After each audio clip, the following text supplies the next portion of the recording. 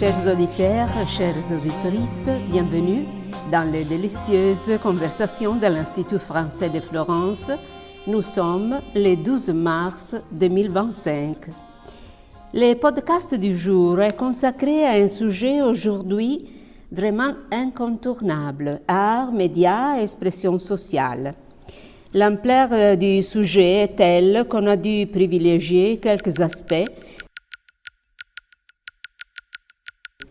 Les corps dans l'art, ou mieux, quel est le rôle de l'art et des médias dans une société connectée? L'indépendance de la presse, ou mieux, jusqu'à quel point compter sur la fiabilité de l'information? L'impact des nouvelles technologies sur la société, ou mieux, face au développement continu de la technologie, y a-t-il encore une place pour l'humain? Comme vous le voyez, il s'agit de problématiques d'indéniable actualité. La technologie d'aujourd'hui, avec son rythme si accéléré, avec ses espaces si agrandis, avec ses voies de diffusion si ramifiées, nous oblige à un contrôle bien plus minutieux qu'auparavant de tout ce qu'on nous propose, images, mots, objets. Un exemple, la vérité. Les sophistes nous avaient déjà alertés au 5e siècle avant Jésus-Christ. Elle n'existe pas. Or, elle existe encore moins dans l'ère des fausses nouvelles. Comment faire face à ces risques si inquiétants? Voilà l'intérêt du sujet que nous allons aborder grâce aux différentes spécialités de nos invités. Kiki Sparadra, spécialiste en histoire de l'art tous azimuts, jusqu'aux implications technologiques. Pierrot de la Nouvelle, avec son intarissable compétence en tant que journaliste dans les controversés domaines de l'information. Carl 500, féru de nouvelles technologies et de leur impact sur notre société. Alors, je passe la parole à notre première auditrice, Patricia. Merci Marina. Ma première question est adressée à Carl 500. Jusqu'où l'intelligence artificielle peut-elle intervenir dans l'art sans trop concurrencer l'intégrité de l'imagination humaine? Il semble, dans ce que vous dites, que l'intelligence artificielle a une vie propre, mais en réalité, elle n'est qu'inutile et l'artiste reste toujours au centre du processus créatif. Dans ce processus, l'artiste donne à l'IA des instructions et puis évalue les résultats que l'IA lui propose. Cette opération est répétée plusieurs fois jusqu'à obtenir un résultat satisfaisant pour l'artiste, qui à tout le moment peut aussi modifier ce qui lui est proposé par l'IA. Donc je pense quand même qu'il faut mettre des limites à l'IA. Pour la musique, par exemple, on ne peut pas demander à l'IA de créer un morceau original. Pour des questions éthiques, si on ne pose pas de limites, l'art est mort.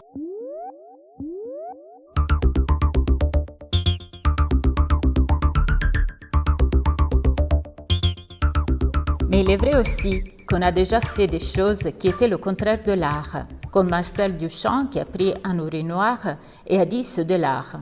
Donc, si on est sincère en jouant, en échangeant avec l'intelligence artificielle, alors c'est une autre idée de l'art. C'est une nouveauté. Avec l'IA, on peut faire un échange, créer des jeux. Et d'autre part, il faut bien connaître la matière pour produire la bonne description de ce qu'on veut obtenir. Par exemple, il y a des années, quand ils sont apparus les instruments électroniques, les musiciens classiques disaient « ce n'est pas de la musique ». Peut-être que l'IA sera la base pour une nouvelle forme de musique. Ne pensez-vous pas qu'il faille faire attention aux abus? Sinon, ça risque de nous échapper des mains. Il faut réfléchir à l'histoire de la toile. Au début, nous avons salué Internet comme une ressource incroyable d'informations, de documents, d'échanges et aujourd'hui, nous en sommes presque les victimes. C'est pourquoi on peut craindre une dérive pareille avec l'IA. Sommes-nous capables d'en prévoir tous les effets indésirables? En effet, au début, Internet devait être un espace de liberté. Mais on voit bien ce qui est devenu aujourd'hui.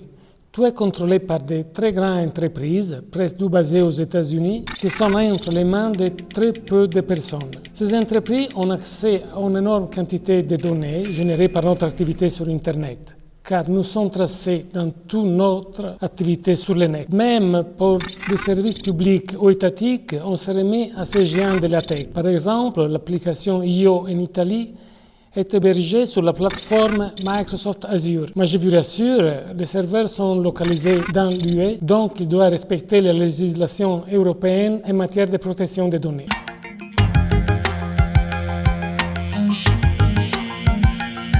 À ce propos, puisque nous sommes tous traçables, pourquoi c'est impossible de découvrir les arnaqueurs sur Internet? En réalité, il y a plusieurs façons pour ne pas être tracé sur Internet. Mais pour ça, il faut des compétences techniques et du matériel adapté. Souvent, la cybercriminalité agit, ou il semble agir, depuis des pays étrangers qui ne poursuivent pas ces crimes. Je voudrais aussi mettre en garde contre la tentation d'augmenter le contrôle des institutions sur Internet pour le rendre plus sûr. Même les gouvernements les plus démocratiques ne sont pas à l'abri des dérives autoritaires qui réduisent drastiquement la liberté et la qualité de l'information en faveur des infox.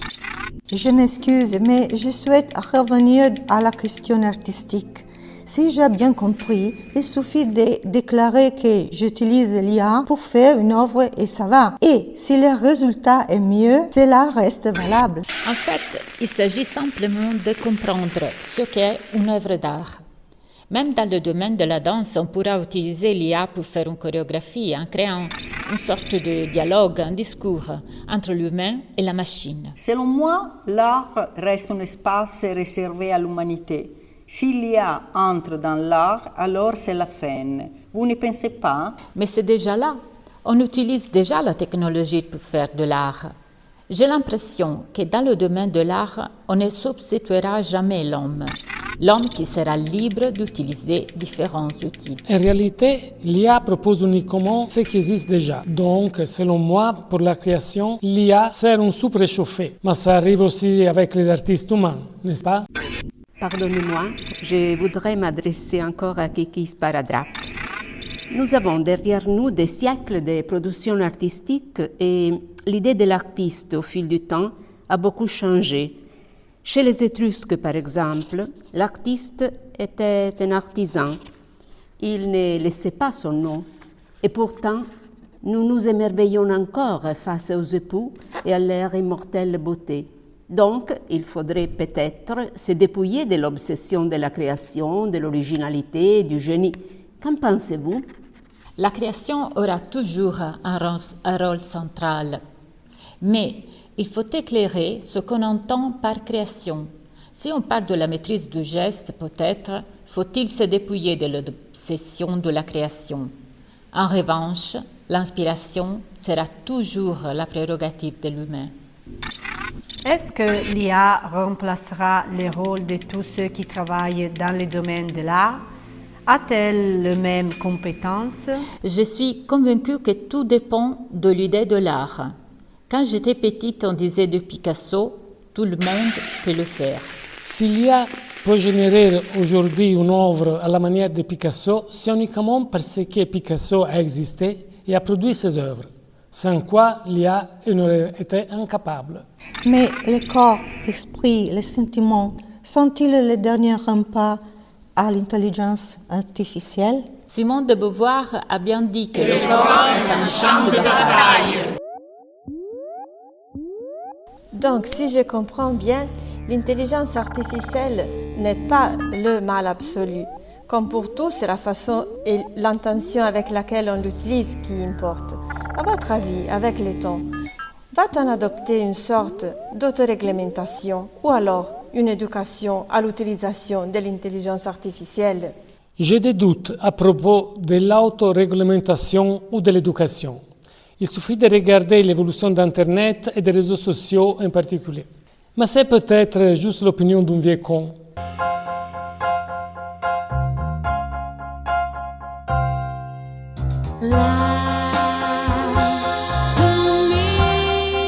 Excusez-moi, mais je voudrais maintenant aborder la question de la fiabilité de l'information. C'est pourquoi je passe la parole à une auditrice qui a une question pour Pierrot de la Nouvelle, notre invité journaliste. Oui, on s'aperçoit que depuis des décennies, la société de l'image s'accentue dans tous les médias. Mais aujourd'hui, avec l'intelligence artificielle, comment peut-on reconnaître une image vraie d'une image fausse? Comment peut-on être sûr du message? C'est une question qui se pose d'une manière dramatique face aux changements qui se produisent aujourd'hui dans les relations politiques internationales. Les nouvelles technologies numériques et désormais encore plus l'intelligence artificielle ont rendu possible l'intervention et la manipulation des textes, des photographies et des vidéos. Pour l'art, à l'ère de sa reproductibilité, l'expression vient de Walter Benjamin, il est de plus en plus difficile de reconnaître une vraie image d'une fausse. Les problèmes se posent surtout pour l'information qui est un pilier de la démocratie. On pourrait parler aujourd'hui de l'art à l'époque de sa manipulabilité. La solution est d'appuyer sur l'autorité des sources et d'éduquer les citoyens à exercer leur esprit critique. Dans le cas de l'art, il faut distinguer. Vous pouvez manipuler ou modifier l'image pour transmettre un message artistique, mais pas pour induire ou tromper les spectateurs. La condition s'applique à tous les secteurs. Il doit toujours être clair ce qui vient de la machine et de ses algorithmes et ce qui est le résultat de la créativité humaine. A propos du thème abordé, je cite una frase de Pasolini, insérée dans la collection d'articles qu'il a écrit lui-même pour le journal Corriere della Sera. Je n'aucune autorité, si ce n'est celle qui vient paradoxalement de ne pas l'avoir voulu, de m'être mis dans la condition de n'avoir rien à perdre et donc de ne pas être fidèle à aucun pacte, qui n'est pas celui avec le lecteur. Est-il possible d'avoir cette position dans la presse d'aujourd'hui? Pasolini met en évidence un aspect important de l'éthique journalistique. Mais aujourd'hui, il est très difficile de maintenir les pactes avec les lecteurs. Un journaliste peut être véritablement libre s'il est protégé et défendu par un éditeur qui n'a pas besoin d'apport public ni de groupes privés trop puissants. Aujourd'hui, cela est très difficile compte tenu de la faiblesse des maisons d'édition et du pouvoir excessif des gouvernements de plus en plus intolérants à l'égard de la liberté de la presse. Ce qui se passe aux États-Unis est très dangereux. Les réseaux sociaux ont alors contribué à relativiser et souvent à falsifier la réalité des faits. À cela s'ajoute l'intérêt commercial sur les médias. En bref, il est nécessaire de construire un nouveau système médiatique démocratique capable de maintenir son indépendance grâce avant tout à l'exercice d'un grand professionnalisme. Excusez-moi, Pierrot de la Nouvelle, de quelle façon est-il possible de construire un nouveau système médiatique démocratique? Quels sont les outils nécessaires? Ils ne doivent plus dépendre uniquement de la publicité et du soutien d'intérêts privés ou politiques puissants. La création des fondations indépendantes finançant l'information serait appropriée, ou encore les financements d'associations citoyennes qui investissent dans des outils d'information. Sans nous oublier que ce sera ensuite le marché qui récompensera la qualité et l'indépendance. Et donc, il y a les conditions d'équilibre budgétaire. Les lecteurs récompensent toujours la qualité. Je suis sûr que de nouveaux modèles seront trouvés car l'information est vitale pour les démocraties. Vous êtes un incurable optimiste. Je vous envie.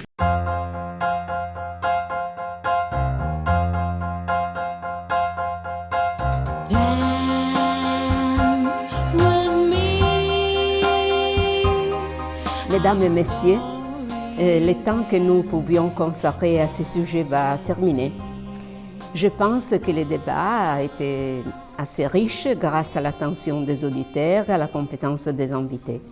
Désormais, nous avons vu jusqu'à quel point les nouvelles technologies peuvent influencer les domaines de l'art et de l'information. Et après cet échange assez articulé, nous pouvons conclure que la peur d'une suprématie de l'intelligence artificielle sur l'homme et sur son potentiel créatif est parfois exagérée, car ça revient toujours à l'homme de choisir ce qui est nécessaire pour obtenir un certain résultat. Par conséquent, l'artiste gardera son génie et son originalité et peut-être l'intelligence artificielle l'aidera à l'exprimer, pourvu qu'il soit parfaitement conscient de son rôle et de son œuvre et qu'il maîtrise les outils de la technologie qui peuvent l'aider. Dans le domaine de l'information, par contre, la situation est fort délicate, car il s'agit de sauvegarder, comme nous l'a dit Piero della Nouvelle, un pilier de la démocratie.